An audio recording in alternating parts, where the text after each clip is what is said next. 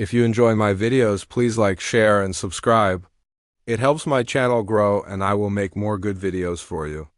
The rain poured down in thin silver needles as Alina stood beneath the cracked bus stop shelter, her silk blouse soaked through and clinging to her skin. The city didn't care for people like her, those born into high-rise penthouses with fathers who thought money was love, and mothers who floated in and out of rehab like hotel lobbies. She was tired of privilege disguised as prison. Her heels clicked angrily on the wet pavement as she stepped out. Phone dead, Uber app useless, and not a soul around except the stranger crouched by the vending machine, struggling to make the rusted thing. Give him a bottle of water. He was soaked, shirt clinging to his toned frame, jeans sagging with the weight of rain, hair plastered to his forehead. When he turned around, Alina flinched at the intensity in his eyes. He looked at her like she wasn't just another girl with daddy's credit card, but like he could see every fracture in her glass heart. Need help? His voice was deep and steady, like thunder with restraint. She almost laughed. Do I look like I help people? He shrugged. Looks can lie. That was their first exchange. She should have walked away. He wasn't wearing designer. He didn't have a Rolex. But something about him felt warmer than any penthouse fireplace, and far more dangerous. His name was Zayan, and he worked 3 jobs: construction by day, dishwashing by night, and tutoring underprivileged kids on weekends. He didn't know how to flirt the way boys from her world did, with rehearsed lines and smooth hands. When he touched her, it was always accidental, passing her a water bottle, brushing her hand while helping her down a slippery curb, and yet those moments made her breath hitch in a way silk sheets and rose petals never had. They met again intentionally, this time at a library downtown. She claimed it was for research, though she didn't even own a library card. He looked up from a book on world history and smiled like he knew she was lying but didn't mind. Didn't peg you for a reader, he teased. She sat beside him, close enough to feel the heat of his arm. Didn't peg you for someone who could read, she fired back. Their banter became a routine, like rain tapping on a window, a rhythm neither of them could stop. She'd escape from galas and staged charity events, peeling off diamonds like handcuffs, and meet him under bridges and behind rundown cafes. He introduced her to greasy fries, late-night laughter, and the ache of wanting someone so badly it made your soul itch. She introduced him to opera, poetry, and pain disguised as luxury. He never judged her, not when she broke down on his tiny mattress because her father's newest girlfriend was only 2 years older than she was. Not when she admitted she'd once faked a panic attack just to be left alone. Not when she said she didn't know who she really was outside the designer label stitched across her chest. He just listened, and sometimes touched her arm in that careful way that said, "You're real, and you're safe here." And one night when the power went out in his small apartment, they sat in the dark, eating cold noodles and talking about planets and childhood dreams. The silence that followed was not empty but full of something unspoken. She leaned into him. He didn't move. She pressed her fingers to his chest, feeling the rapid thump of his heartbeat. Zayan, she whispered, and he finally touched her back, not like she was porcelain, not like she was royalty, but like she was the only thing in the world that made sense. They kissed, and the world unraveled. In the days that followed, their connection deepened. Every stolen moment felt like defiance against the worlds that tried to keep them apart. But Alina's reality was not forgiving. Her father found out, not through her, never through her, but through the endless stream of eyes hired to keep tabs on his daughter. Zayan received an envelope at work, a manila folder stuffed with cash and a typed note. Leave her. No contact. No drama. Just disappear. He didn't take the money. He took a breath, then he disappeared anyway. Alina searched for him, broke rules and curfews and hearts trying to track him down. She used every favor, every connection, every ounce of her spoiled privilege. But Zayan was gone. No forwarding address. No goodbye.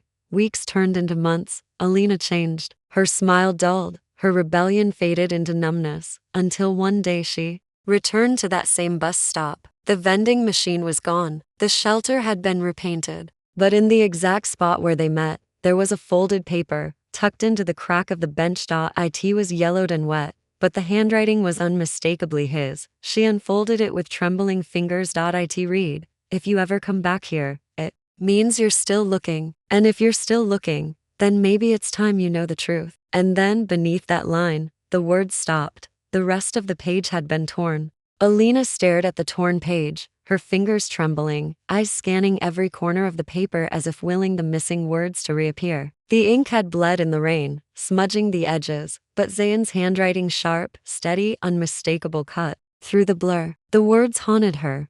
Then maybe it's time you know the truth. Truth? What truth? She read it again and again until her vision blurred, heart knocking against her ribs like it was trying to escape. That night, she couldn't sleep. She paced her room in her mother's old penthouse, an inheritance passed down not out of love, but by legal default. Every chandelier, every silk curtain, every marble tile was a monument to the cage she'd grown up in. She pulled out the folder she had once used to search for Zayan, flipping through photos, addresses, interviews with former coworkers. Nothing. It was as if the city had swallowed him, but the letter proved he had returned at least once.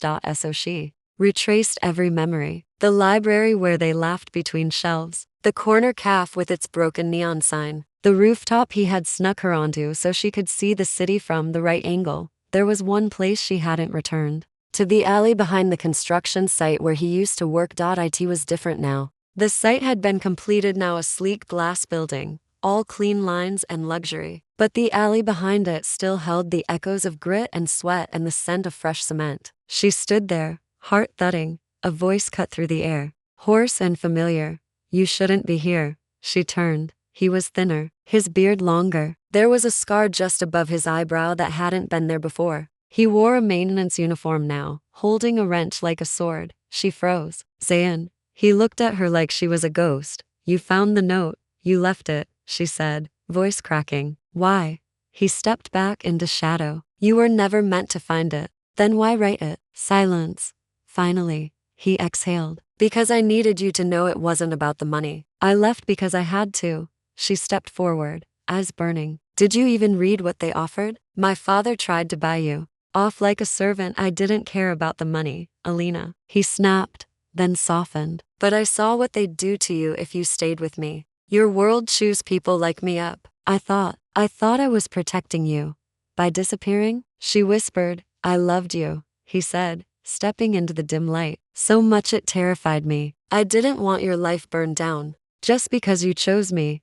My life was already on fire, she said, voice trembling. You were the only thing that didn't hurt. She walked up to him, close enough to smell the faint scent of oil and rain and that same quiet grief he always wore like cologne. I didn't need a savior, Zayan. I needed you. His lips parted, as if he wanted to say something, but instead he turned and unlocked a small side door. Come inside. There's something you need to see. The stairwell was narrow and cold. He led her to a janitor's closet that doubled as his break room. He handed her a box from under the sink. Inside, a bundle of letters she'd written and never sent, copies of photos she didn't remember being taken, sketches of her doodles full of detail. You kept these? He nodded. I watched you grow stronger, even from afar. You didn't need me dragging you down. She swallowed a sob. But I needed to choose that, not have it taken from me. He nodded again, eyes moist. She pulled something from her pocket, a worn silver locket he had once given her. Inside was a tiny photo of them, taken in a photo booth,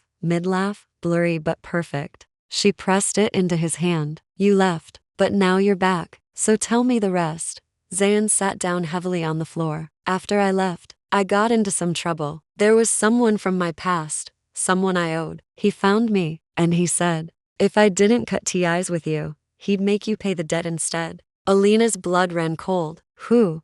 Zayan looked up at her with guilt clouding his eyes. My older brother, Rehan. He runs an underground network, loans, street deals, things I tried to escape. But blood follows you, even when you don't want it to.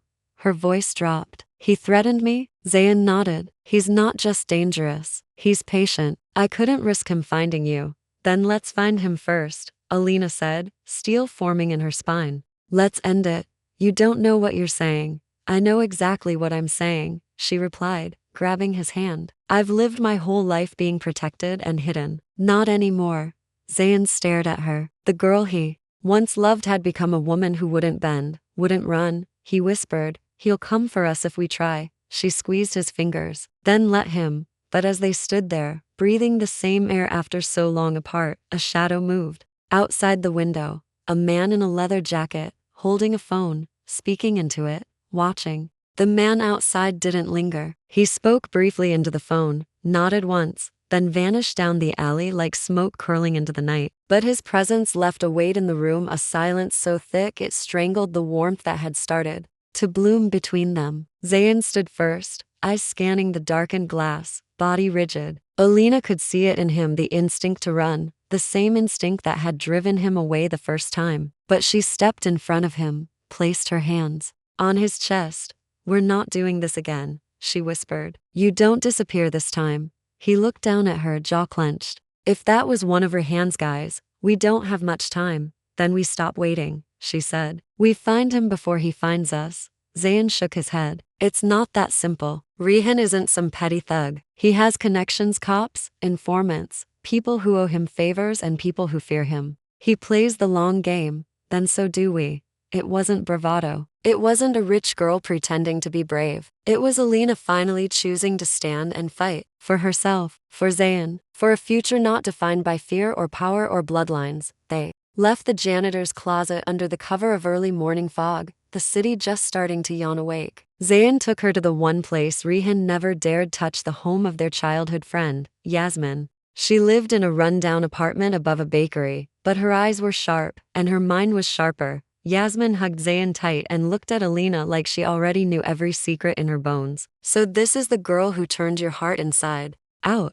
Alina offered a tight smile, still trying to decide if that's a compliment. Yasmin grinned. "It is." He needed his world flipped.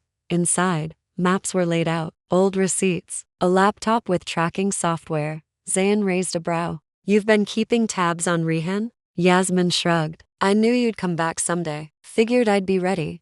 They worked for hours. Rihan had gone quiet over the last few months, but a few recent hits: money laundering fronts in the East District, a warehouse fire staged. For insurance pointed to his growing desperation. Alina traced her finger across a map, stopping at a red-marked location. "This nightclub, Black Halo. He owns it?" Yasmin nodded. "Front for his laundering. He's there almost every night now, always after midnight."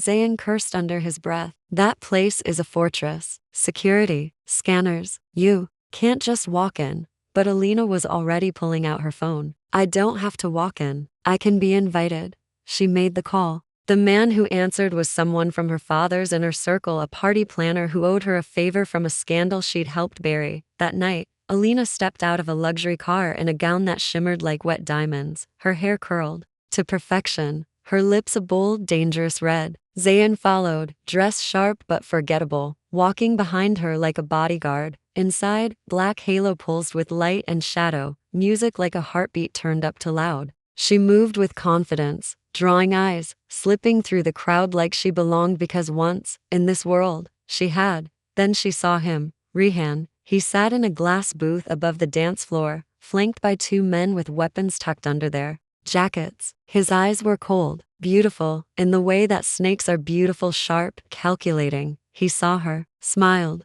gestured for her to come up. Zayan touched her wrist. Last chance to walk away. She looked at him, not walking, not away. Up the stairs, through security, into the booth. "Alina," Rihan said, his voice smooth, touched with amusement. "You're a long way from Daddy's yacht parties." She smiled. "And you're a long way from prison. But here we are." He laughed. "I like you. Always did. Never understood what you saw in my brother though." She leaned forward. "Maybe I see what he's trying to become. Unlike you, who's still just a coward in a suit." Rihan's eyes darkened. "Careful, princess." Zayan stepped through the curtain behind her. "No, you be careful." The air went still. Rihan said, amused. "So the prodigal idiot returns." Zayan's voice was even. "We're not here to fight. We're here to make a deal." "I don't deal with traitors." You threatened her. "You threatened what little peace I tried to build. That ends now." Rihan poured himself a drink. "You think walking in here with big words and your little girlfriend makes you brave? You don't understand how deep this goes. You leave, or she disappears. This time for good." Alina pulled something from her purse. A flash drive. "What's that?" Rihan asked. She smiled. "Everything. Your fake accounts. Your shell companies." Yasmin's been busy. Rihan's hand stilled mid-sip. "You leak that, and I burn your world." He said coldly. "You burn mine first," Alina replied. "And the moment anything happens to me or Zayan, This goes to the police, the press, and everyone. You owe. Rehan's eyes narrowed. For the first time, uncertainty flickered. You wouldn't dare. She leaned in. Try me. The silence stretched. Finally, Rehan stood. Leave, now. Before I change my mind. They didn't hesitate. Back outside, the air felt lighter, but not safe. That was suicide, Zayan said as they reached the street. No, Alina whispered. That was us taking our lives back. They didn't notice the car idling across the street. The man inside wasn't one of Rehan's. He was older, cleaner cut, speaking into a headset. Watching them. As they turned the corner, the man pressed a button.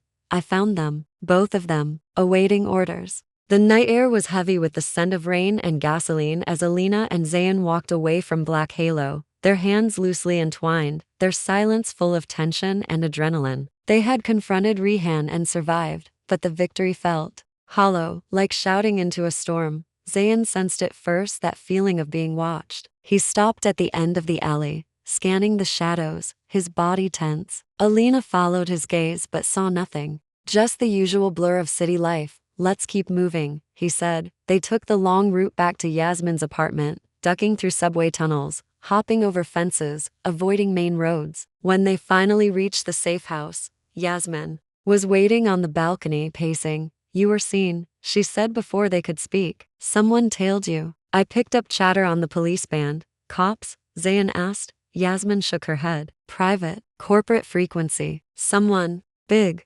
Alina's blood ran cold. My father. Yasmin nodded grimly. He's pulling strings now. Of course he was. She'd crossed the line, not just with Rehan but by aligning herself with a man her father had worked hard to erase from her life. He wouldn't let that slide. Zayan paced the room. We should disappear. For real this time. But Alina stood still, her voice steady. No, we stop running. You said that before and I meant it, she cut in. We keep thinking this is just about love or revenge or survival, but it's not. This is war, between worlds, his and ours. And if we don't win, we'll always be hiding. Zayan sat on the edge of the bed, head in his hands. I don't want to lose you again. You won't, she whispered, sitting beside him. Unless you choose to. They stayed like that for a long moment, her hand resting on his back, grounding him. The next day, they went to the one person Alina never thought she'd ask for. Help. Her mother, Dahlia Moreau, had once been the diamond of high society, before scandal and addiction turned her into a ghost in silk robes. But she still knew things, still had access. She met them at a rooftop greenhouse in the city's north, and, eyes hidden behind wide sunglasses, voice clipped by years of rehearsed disappointment, you look terrible, darling, she said to Alina. I feel worse. She sipped her tea, studying Zayan. So this is the boy.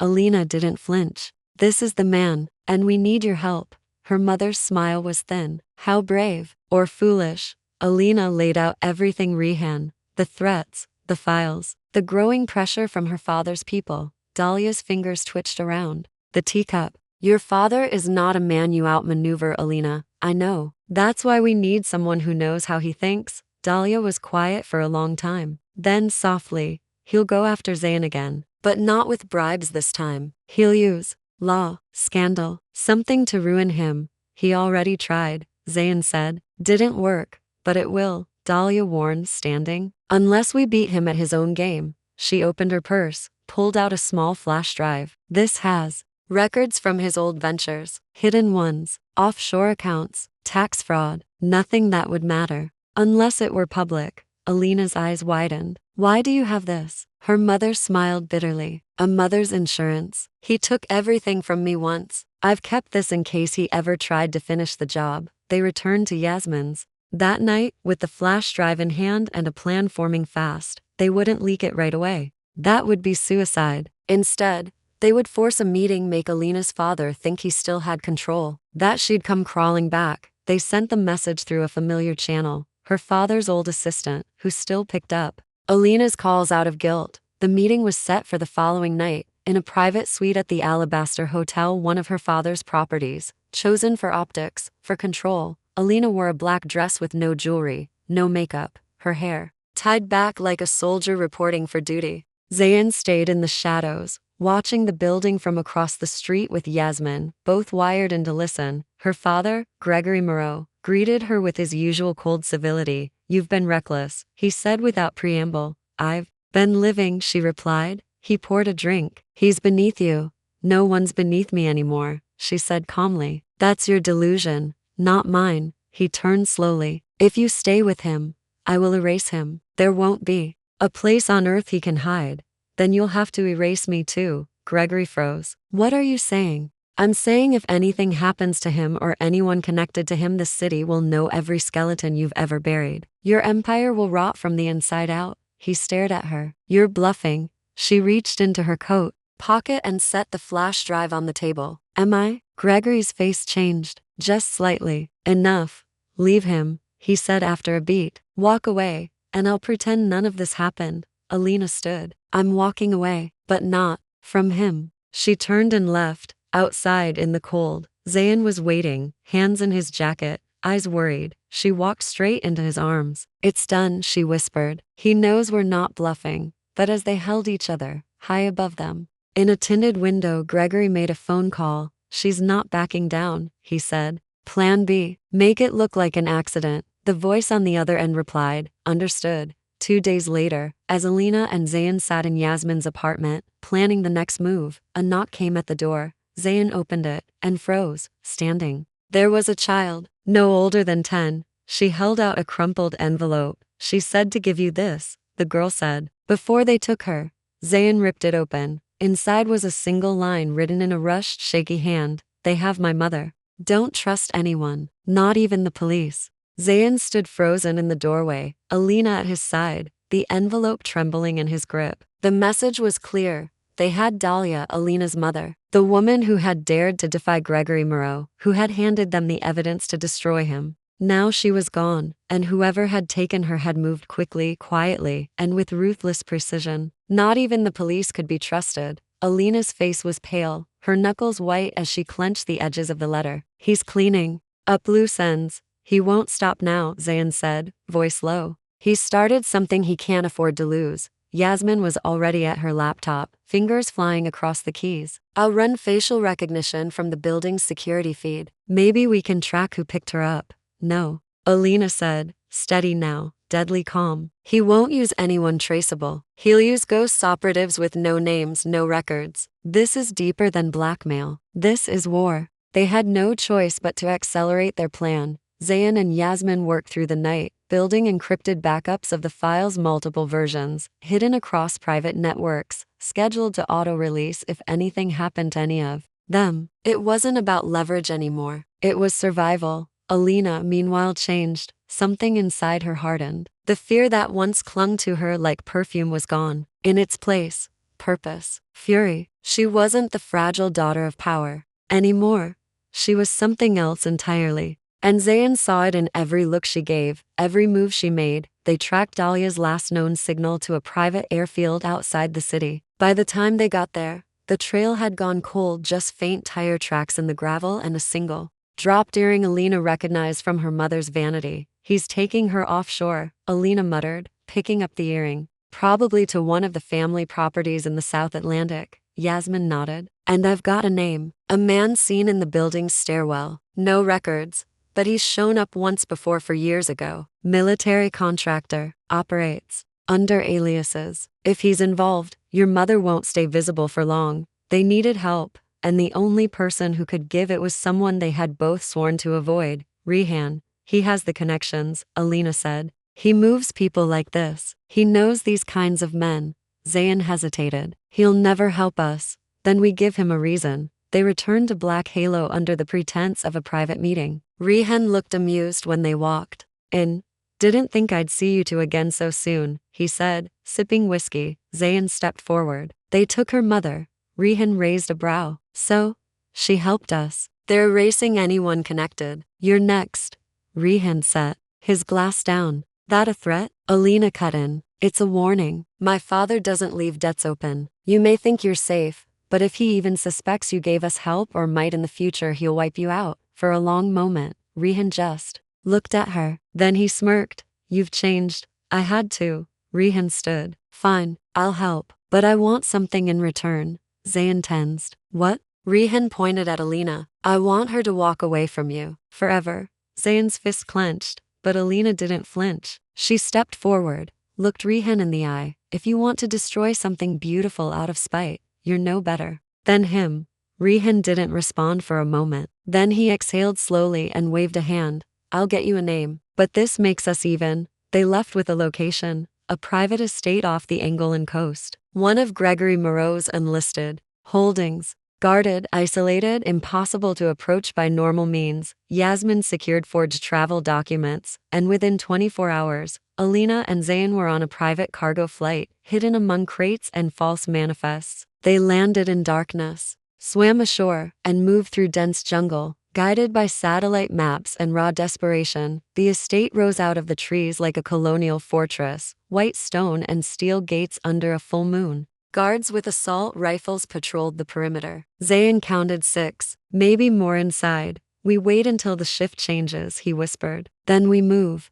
Alina nodded. But inside, her chest was tightening. This was real, life or death. If they were caught, they wouldn't be sent home. They would vanish, just like her mother. When the shift changed, they slipped through the outer wall, ducking under camera blind spots. Zayan led, silent as shadow. Alina followed, adrenaline in her veins like fire. They reached the main house and found Dahlia in the basement, barely conscious, wrists bruised from bindings. Alina rushed to her, sobs choking her throat. Mom, we're here. We found you. Dahlia looked up, dazed. He knows. You're here. He let you come. Zayan froze. What? Footsteps thundered above. The door to the basement burst open. Dozens of guards stormed in, surrounding them. Gregory Moreau stepped into the light, calm and cruel. You always were dramatic, Alina, he said. But this is beyond foolish. Zayan stepped in front of her. If you touch her, Gregory raised a hand. No need for threats. I don't want her hurt. I want her educated, corrected. As for you, he nodded at his men. Zayan was seized, dragged away, fists flying. Alina screamed, tried to fight, but Gregory caught her arm. Enough, he said. You chose the wrong side. Now you'll see what that costs. As Zayan was taken out into the jungle, Alina was thrown into a cold, stone room. Alone, she pounded the door until her hands bled, screaming Zayan's name into the darkness. But no answer came, only silence. And far away, in the depths of the jungle, Zayan was kneeling in the mud, a gun pressed to the back of his skull. A voice whispered in his ear. Any last words, hero? Rain pelted the jungle with a violence that blurred shapes into shadows, trees into looming phantoms. Zayan knelt in the mud, wrists bound behind his back, blood dripping from a cut above his eyebrow. The barrel of a gun pressed coldly against his neck. He didn't beg. He didn't speak. He only stared at the earth, breathing slowly, imagining Alina's face in the final seconds of his life. Then, just as the trigger clicked, a sharp whistle cracked the air. It came from the trees. The guards turned instinctively. That second was enough. A flash of movement, a silent dart. A body fell. Then chaos. From the undergrowth, 3 figures exploded. Into the clearing, Yasmin and 2 masked men in tactical gear, armed with suppressed rifles. Zayan rolled to the side as a bullet shattered the dirt where he'd been seconds before. He threw himself behind a tree, heart hammering. Gunfire burst through the air, silenced but deadly. 2 more guards dropped before the others fled into the jungle, disappearing like smoke. Yasmin rushed to him, knife already out, cutting his bonds. You're lucky I don't believe in letting you die heroically. Zayan breathed hard. How? We traced the estate via satellite. Caught. Comes traffic. Didn't think you'd wait for us. You didn't. Zayan stood, barely. Alina? They've got her in the main house. 2nd floor. Northwest wing. But security's tightening. Zayan's jaw clenched. Then we don't wait. They moved like phantoms through the dark, climbing the outer walls while the storm masked their footsteps. Inside, the estate had turned into a fortress, armed men at every hallway. But Yasmin's team moved with surgical precision, disabling, disarming, never killing unless they had to. They reached the northwest wing, where Alina was locked in a narrow stone room. Her fists were bloody from pounding on the door, hair wild, eyes hollow. When Zayan burst through, she gasped. I thought you were. He rushed to her, pulling her into his arms, breath ragged. I'm here. I'm here. Their kiss was desperate, shaking, the kind that tries to rewind time. But there was no time. Yasmin stepped in. They'll seal off the property once they realize you're out. We have 10 minutes max. They moved, fast. But Gregory Moreau wasn't a man who built empires without contingency. As they raced down the hall, alarms blared. Metal shutters dropped over windows. Steel doors slammed shut. They were trapped. Then a voice came through the estate's intercom. Smooth, cold, triumphant. You've always been dramatic, Alina. And predictable. That's what makes this so easy. They froze. He was watching, listening, waiting. Zayan turned to Yasmin. Options? She shook her head. No escape. Not unless we make one. He looked at the wall-mounted generator control. How much? C4 do you have left? Yasmin's eyes widened. You want to blow the generator? Zayan nodded. Kill the power. Drop the shutters. Then we run. Or burn alive. Zayan looked at Alina. We pick our fire. In 10 seconds, Yasmin rigged the device. In 20, it blew. The estate went black. The shutters clanged open. With a screech, smoke filled the air. The fire suppression systems kicked in, spraying cold mist. Under cover of chaos they ran. Through corridors lit by emergency strobes. Through the courtyard, past stunned guards. Out into the trees, but as they reached the perimeter, a shot cracked the air. Zayan stumbled. Alina screamed. Blood bloomed across his side. He fell, clutching his ribs. Yasmin returned fire, hitting the shooter, dragging Zayan into the trees. Alina pressed her hands to his wound. No, stay with me. His eyes locked with hers, pained but lucid. I'm not going anywhere. They reached the extraction point, where Yasmin's evac team waited in a hidden chopper. As they lifted into the sky, Alina held Zayan's hand, her face streaked with tears and rain. He passed out before they reached safety. 3 days later, in a remote safe house in Morocco, Zayan woke up in a sweat-soaked bed, bandaged, dazed. Alina sat beside him, hair messy, eyes rimmed with exhaustion. You came back, he whispered. I never left. She touched his face gently, and he closed his eyes. Outside, Yasmin was on the phone. Yes. We have them. No. We didn't kill Moreau. She paused. But we hurt him. Bad. And it's not over yet.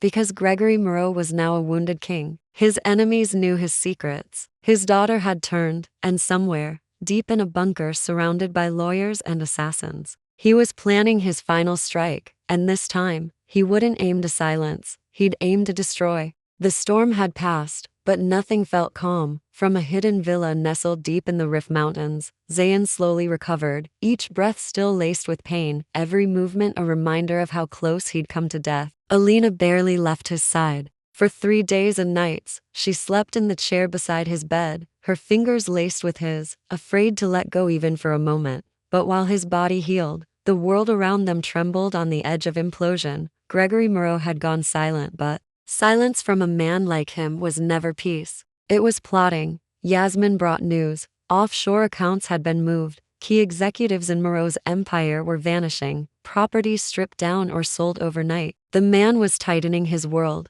cutting off limbs to keep the heart safe. And no matter how fast they moved, he always seemed one step ahead, until he made a mistake. We intercepted a call, Yasmin said one morning. He's hosting a private summit in Dubrovnik. His remaining allies, last attempt to unify what's left of his power base before it crumbles. Zayan, still pale but standing, met her gaze. That's our opening. Alina stood beside him. We go in, we end this, not with threats, with truth.